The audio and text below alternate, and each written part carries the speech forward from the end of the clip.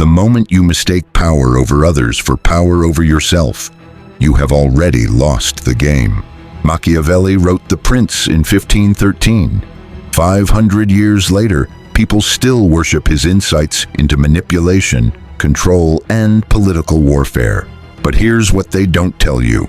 Machiavelli was writing a survival manual for princes living in constant danger of assassination. His world was brutal, treacherous, and short. You are not a Renaissance prince. And when you try to apply manipulation tactics in a world that doesn't require them, you don't become powerful. You become paranoid, isolated, exhausted. So here's what we're going to do. We're going to take Machiavelli's observations about human nature, because he was right about the patterns, and filter them through Bushido philosophy. We're going to extract the wisdom about how people operate, but reject the sickness of trying to control them, because the samurai understood something Machiavelli didn't. The only power worth having is power over yourself. These are not laws for manipulating others. These are laws for protecting yourself in a world where others will try to manipulate you. So why are you obsessed with power? Why, when you think about success, is your first thought about dominance, control, being above others? Or maybe you had power briefly and then lost it. A friendship that ended, a parent who left, a moment when you realized, I have no control over what happens to me. That wound never fully heals. You grew up, but the fear didn't. The fear that says, if I don't control my environment, I will be hurt again. If I don't dominate, I will be dominated. If I'm not the one with power, I'm the one being crushed by it. So you study manipulation, you learn tactics, you weaponize psychology, not because you're evil, but because you're terrified. You think, if I can just master these laws, I'll be safe. I'll never be powerless again. But here's the trap. The more you try to control others, the less control you have over yourself. Machiavelli died alone and bitter, his political career a failure. Sun Tzu's descendants were wiped out in the wars he helped create. Every master manipulator in history ended the same way, isolated, paranoid, destroyed by the very games they played. The samurai saw through this centuries ago. They knew, the man who needs to control others is the man who cannot control himself. True power is not about dominating the external world. It's about mastering your internal world so completely that the external world cannot shake you. So we're going to look at Machiavelli's laws, but we're going to ask a different question. Not, how can I use this to control people, but how can I use this to protect my center? Machiavelli observed human nature in its most corrupt form. Courts full of backstabbers, princes surrounded by flatterers, power built on fear and deception. He was right about the patterns. People do betray. Power does corrupt. Kindness is often exploited. His mistake was believing this was the only way. The samurai lived in an equally brutal world. Feudal Japan was not peaceful. Betrayal was common. Death was constant. But they developed a different response. Bushido, the way of the warrior, said, yes, the world is dangerous. Yes, people will try to use you. Yes, you must be strong. But strength is not about manipulating others into submission. Strength is about becoming so centered, so disciplined, so self-contained that their manipulation slides off you like water off stone. This is Fudoshin, the immovable mind.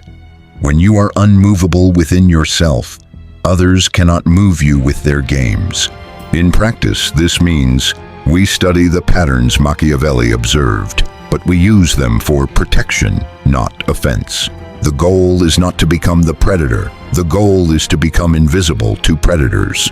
Not through hiding, but through having nothing they can exploit. No desperate need for approval. No fragile ego to wound. No fear they can weaponize. No attachment they can threaten. This is the difference. Machiavelli teaches you to build power through control of others. Bushido teaches you to build power through mastery of self. Same observations about human nature, opposite applications. These are the 9 laws, Machiavelli's observations, Bushido's applications. Machiavelli's observation. Those above you will destroy you if you make them feel inferior. The manipulation version. Dim your light. Play dumb. Make your boss feel superior even when he's wrong. The Bushido version. Don't confuse visibility with value. The warrior does not need recognition to know his worth. He does not perform for approval. He executes with precision and lets results speak. When you stop needing to prove yourself, you stop triggering others' insecurity, not because you're hiding, but because you're not performing. Machiavelli's observation. Reputation is the cornerstone of power. Once lost, nearly impossible to regain. The manipulation version. Obsess over image. Control the narrative. Destroy anyone who speaks against you. The Bushido version. Your reputation is built on your character, not your PR. If you live by your code, if your actions align with your values, your reputation becomes unshakable. Not because everyone likes you, but because those who matter recognize integrity.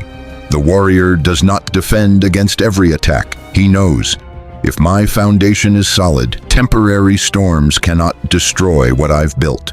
Machiavelli's observation. Telegraphing your moves gives enemies time to sabotage you. The manipulation version. Lie constantly, misdirect, create smoke screens, keep everyone confused. The Bushido version. Strategic silence is not deception, it's discipline. The warrior does not announce his plans because he has no need for premature validation. He plants in silence. He builds in darkness. He reveals results, not intentions. This is not about manipulation. It's about focus. When you stop seeking approval for your plans, you stop inviting interference. Machiavelli's observation. The more you say, the more ammunition you give your enemies. The manipulation version. Be cryptic and mysterious to appear powerful. The Bushido version. Silence is not a tactic, it's a reflection of internal certainty. The warrior speaks less because he needs less. He doesn't need to convince. He doesn't need to be understood. He doesn't need approval. When your words are rare, they carry weight. Not because you're playing games, but because you've eliminated the noise of insecurity. Machiavelli's observation. Opposition sharpens you. Comfort makes you weak. The manipulation version. Create enemies to unite your followers.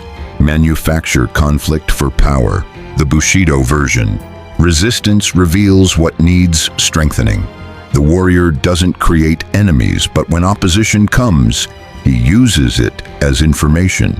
What in me is triggered by this person? What weakness are they exposing? Where do I need to grow? This is not about defeating enemies, it's about using resistance to refine your center. Your critics are showing you where you're still vulnerable. Thank them, then fortify. Machiavelli's observation. In a world of noise, visibility equals power. The manipulation version. Be loud, be controversial. Stay relevant at any cost. The Bushido version. The right people will find you. The warrior does not chase attention. He builds something worth attention. He masters his craft. He lives by his code. He creates value. And those who resonate find him. This is not about being invisible. It's about being selective. You don't need everyone's attention. You need the right people's respect. Machiavelli's observation. Power means leveraging others' energy for your goals. The manipulation version. Use people. Take credit. Exploit freely. The Bushido version. Leadership is earned, not extracted. The warrior builds teams through mutual benefit. He doesn't trick people into serving him. He creates value that makes them want to collaborate. When you give people purpose, ownership, and growth, they give you their best work, not because you manipulated them, but because they respect the mission. Machiavelli's observation. He who appears to need less has more power. The manipulation version. Play hard to get, make them chase, withhold to create desperation. The Bushido version, neediness repels, sufficiency attracts. The warrior doesn't play games with availability. He simply has a full life. He's not ignoring your text to manipulate you. He's training, building, creating, living. When your center is full, you stop chasing. And when you stop chasing, people start noticing. Not because you're playing games, but because self-sufficiency is magnetic. Machiavelli's observation: words are cheap. Results end all debate. The manipulation version: silence critics by dominating outcomes. Crush opposition through undeniable success. The Bushido version: your life is your argument. The warrior doesn't defend his path with words. He walks it, and eventually, the destination speaks for itself. When someone questions your choices, you don't owe them a thesis defense. You owe yourself committed action. Do the work. Produce the result. Let outcome be your response. They can doubt you with words. You answer with reality. Here's the uncomfortable truth. You want these laws to work because part of you is tired of feeling powerless. And that's okay. That's human. But you have to look at why you're drawn to power over others. Is it because you don't feel powerful within yourself? Is it because external validation is the only way you know how to feel worthy? Is it because deep down you believe, if I'm not controlling, I'm being controlled? This is the trap Machiavelli couldn't escape. He saw power as a zero-sum game. Either you're the prince or you're the pawn. Either you manipulate or you're manipulated. The samurai saw a third way. Mushin, no mind. The mind that needs nothing. The center that requires no external validation to remain stable. You can learn these laws. You can understand human nature. You can see through social games.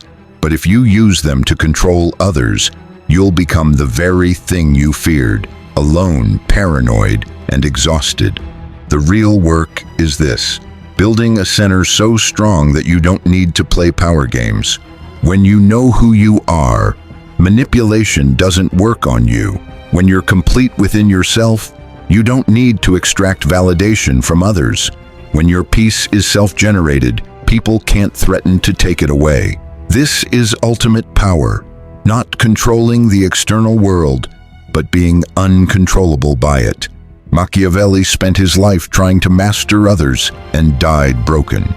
The samurai spent their lives mastering themselves and died with honor. Choose your path carefully. Here is your challenge: the 30-day sovereignty protocol. For the next month, you're going to practice power over self, not power over others. 3 principles to follow. Principle 1: no manipulation tactics. When you're in conflict, you may not. Guilt trip gaslight. Give silent treatment to punish, play victim to control. Use information against someone. You must communicate directly. Say what you mean what you say. If this feels impossible, it's revealing how dependent you've become on manipulation. Principle 2: build instead of scheme. Every hour you would spend strategizing social dynamics, spend building your craft instead. Every time you want to get back at someone, redirect that energy into your work, your training, your discipline, your art. Watch what happens when you focus on mastery instead of vengeance. Principle 3: daily shadow audit. Each night journal.